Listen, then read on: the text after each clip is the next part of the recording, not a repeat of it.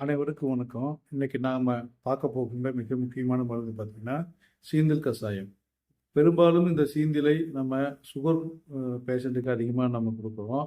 ஆனால் இங்க பார்த்தீங்கன்னா, இந்த சீந்தில் கஷாயத்தை என்ன மாதிரியான நோய்களுக்கு நம்ம கொடுத்து அந்த நோய்களை குணமாக்குறோம் அப்படின்னு பார்த்தீங்கன்னா, பெரும்பாலும் சித்தர்கள் கூறிய அந்த 64 வகையான ஜுரங்களுக்கும் இந்த சீந்தில் கஷாயத்தை நம்ம கொடுக்குறோம்.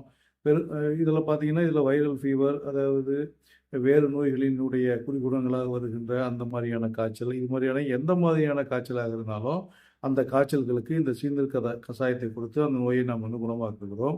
அடுத்தபடியாக பார்த்தீங்கன்னா, இந்த சீந்தல் கஷாயத்தை கொடுக்கும் பொழுது கழிச்சலை உண்டாக்கக்கூடிய ஒரு தன்மையெல்லாம் இந்த சீந்தல் கஷாயத்துக்கு இருக்கின்றது.